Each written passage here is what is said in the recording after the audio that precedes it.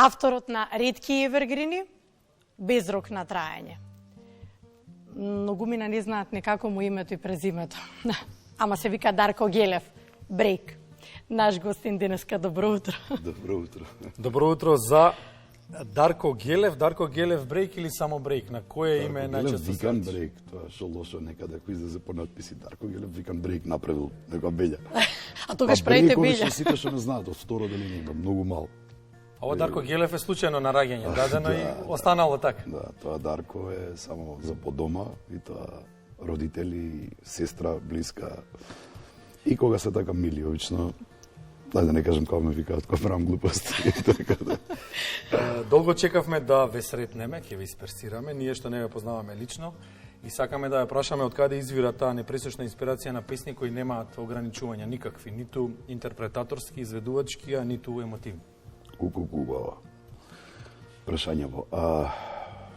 Види, се што излегува, се што е ставено во мојата музика, дури кога е туѓа песна и со туѓ текст, мора да измешам прсти малку. Мора да земам, да го модифицирам за мои потреби, да го проживеам малку, да го извакам, да го преспиам, па да влезам во студио да го снимам. Зошто остануваат такви појма, немам. Веројатно со многу љубов се правени и се искрени. И може би нема доволно македонска музика продукција, па затоа остануваат. И за истото ќе збориме. Добро, Брейк. Yes. Од кога со музиката? Иако сте многу добар и познат предприемач години назад, уште од 19 годишна возраст, кога ќе откриеме дека имавте најдоброто место, најдобрата тезга на кванташки, така? Зашто го ама сега си напишав домашна. И тогаш ги имавте. И тогаш ги имавте најдобрите костени, ги зимавте од тетова и по најдобра цена ги продавате. Сакам да кажам и години работа наназад, но сепак музика секогаш присутна, дали преку работата, дали е вака за своја душа, но од кога со музикава? Што е најинтересно од многу мал. Јас на 7 години некаде одев нижа музичка, ме носеа, заспевав во кола, па ме будеа моите оди, учи солфеж, учи клавир да свириш. И поминав некој интересен период учејки го тоа, за кое сум сериозно благодарен за упорноста на моите родители.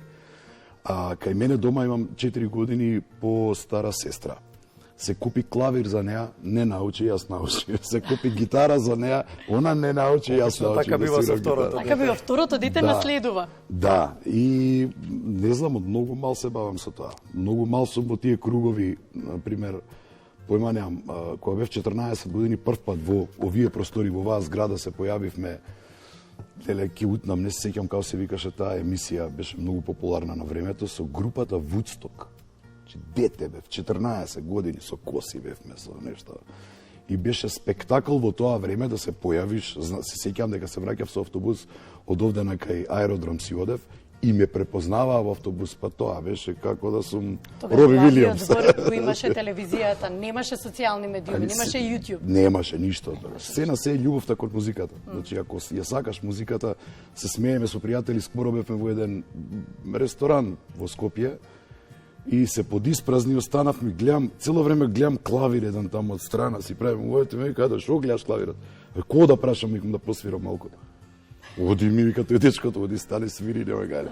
Си седнуваш, се свирев едно пола саат, си живавме со пријатели, нормално немаше други луѓе. Знаеш, љубовта го прави и тој печат дава да остане песната.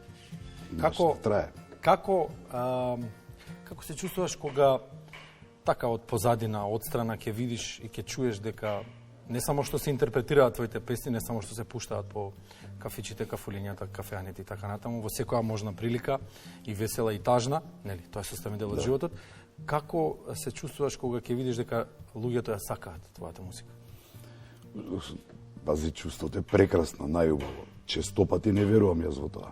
Знаете, кога ќе ми кажат, ќе ме сретнат, леле, имало ситуации кога јас ја запросив сопругата на твоја песна, не знам, ја запознав дечко ми и сега ми е маж на твоја песна, сето е тоа супер, ама вака, да не се бавам целосно, како не сум во таа фела музичка целосно 24 часа, како што треба да ме окупира, и затоа на моменти ми е дури и чудно кога вака ми кажуваат. Чудно ми е кога ќе се сликаат со мене на улица, мислам скриена камера, некој ме зеза. Знаеш, може да се сликаме, што бараш со мене да се сликаш? Не, важно ми да се сликам. Океј, ајде.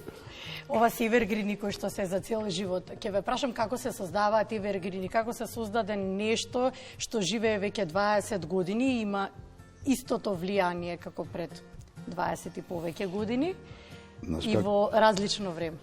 Јас би рекол да почекаме ше 20 години да видиме дали стварно ќе стане евергрин. Иако имам една-две песни, не сум секој. Кои ви се фаворити? Аудиториумот, сите ми се фаворити мене. Зашто ако извадам една од купот, некој друг ќе се навреди, а стварно сите со многу љубов и со внимание се правени. Евергрин, народот одлучува за тоа. Значи, аудиториумот се одлучува за тоа. Ако таа песна е, не знам, милиони пати преслушана, ако таа песна ги поврзува со некаква емоција, со некаква дешаванка, со нешто убаво, па дури, што кажа пријател, со нешто лошо некогаш, тоа е и дел од животот. Да, дел од значи, животот. Значи, остануваат песните. Сакав да... Тука ни Иван. Да, цело е кога има се. Цело е кога има се. Евергрини музика. Носат ли пари евергрините во Македонија? Авторски права. Може ли да се живее на овие години без човек да се занимава со други бизнеси? Зашто убава емисија и тема ја рчкате и ја расипувате? Не, дали се цени авторската музика? Дефинитивно на листата песни имаш еден куп. Јас лично пари немам почувствувано од музиката со која јас се бавам. Може би не се немам сконцентрирано на таа тема, бидејќи ја работам од љубов. Така беше и случајот со последниве 4 концерти. Јас отидов како гостин на мои пријатели со кои нева бевме малку скарани изминат период и ова беше на круна да се смириме и да направиме нешто заеднички убаво. За нокаут зборуваме. За нокаут, така, тоа беше убави моменти во филхармонија и на концертот да. и убави изненадување беше за публиката. Да, интересно беше, луѓе ми викаат, човек 4 се продадува, па викам бајда еден цел за мене се продаде, ако не од 4-те еден цел. Добро, слушајќи вашите песни, читајќи ги текстовите, поголемиот дел се ваши текстови, човек ќе си рече, добро, што се преживеа овој човек за да може преживувам. Преживувате уште. Се уште. За да може тие емоции да ги... Да. Убаво е, например, на Ване, ако седнеме пиеме кафе и спознавам негова тага и најдам трошка нешто во тоа неговото, и ќе го земам, ќе го изелаборирам, ќе си го завртам во глава, ќе пробам да го преточам во текст и само го давам по мој блиски, ај, дали се свиѓа ова, прочитай го. Вака ги земам, ман бе, брейк, бе, лига. Пакли. Кој го има клучниот збор во рецензијата? Нема никој посебно. А кој ќе рече вака, обично за високите луѓе нема перцепција дека се романтични, емотивни, така изгледаат. Ова прв пат го слушам, стварно е така? Па не знам, таква е перцепцијата барем. Високите луѓе играат кошарка. Или например. Спортистите се груби, колегата. Не сум толку висок. Добро, да се пошегуваме. Нови песни кога? И добро, дали некогаш за блиски, дали во кафеа на спомена во ресторан, што и да е. Некоја пожива песна знаеш да испееш? Боже сачу. Не ми стоја. Чекаме нова песна. Ке има. Ке не утапали? Треба да има, да. Да. Емотивно сакаш. Да, треба, емотивно ќе биде. Од секоја. Со плачки, со све, со така, со многу љубов, со многу оставачки по пат, па наоѓачки пак. А се смирија ли, се сакаат ли? Ќе видим. И најбитно од се, посветени ли се некому? Дали се тоа животни искуства, дали се тоа човечки прашања? Скоро сите се дел парче од мојот живот, парче некакво искуство кое сум го доживел. Повторно кажам, од некој мој близок, мене лично, од семејството, од пријатели, од стари љубави, не си ги видел по 20 години, па ќе ги видиш, ќе кажеш, еј човече, кај ме врати, знаеш, што викаат, мене и мириси ме враќаат пред 20 и кусур години на нешто убаво, да.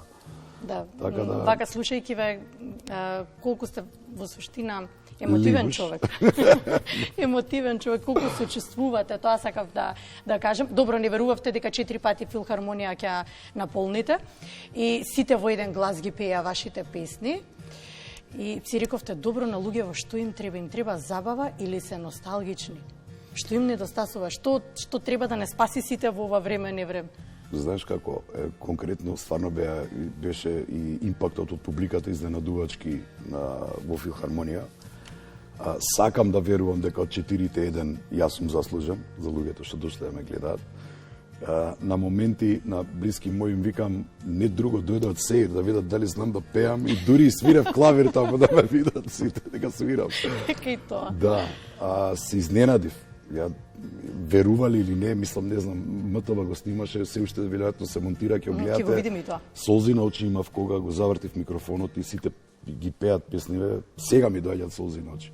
Тоа е чувство кое, знаеш, гледаш едни цели генерации, една плејада на луѓе кои ти ја знаат, ја познаваат музиката, ти ги текстовите ти ги памтат и се соживуваат со тие. Тоа е... Се зедав спотот што го пуштавме со другариве мои, викам и давам парче вечност. Тоа за да никој да не бара пари нормално кога го снимаме. Не е шега на страна. И тука малце предприемништвото си работи. Да, шега на страна, но стварно беше, знаеш, викам, дојдете, пошто има луѓе, тотално се аматери, 90% од луѓето. Вика, каква камера, бе, уживај, викам, супер, ги изгледа. Башка, викам, која ќе не нема по 50 години од денес, некој ќе стисне и ќе каже, ево дедо ми, еве го прадедо ми, еве го тој и тој, знаеш, така да... Оставаме парче вечност. Со надежда со нокаут за некоја соработка музичка, да не изненади тоа, еве, да си кажеме желба, да си си најавиме нешто. Јас мислев ќе го викнеме на кафе да му раскажеме нешто од нашиот живот. Следно што следи во песните, сигурно со Пери имаме заеднички дует, кој треба брзо да влеземе да го снимиме. Тоа е скоро готов, ама да влеземе да го снимаме. Добре, бе, ќе ми дадете мене збор. Да, благодарам. Благодарам што не испочитува. И благодарам што одвои време и беше заедно со нас во нашето ново студио, ново руво на македонската телевизија. Браво, секоја чест. Ова е спешно. Ти благодарим. Фала и на поканата. Ти благодарим.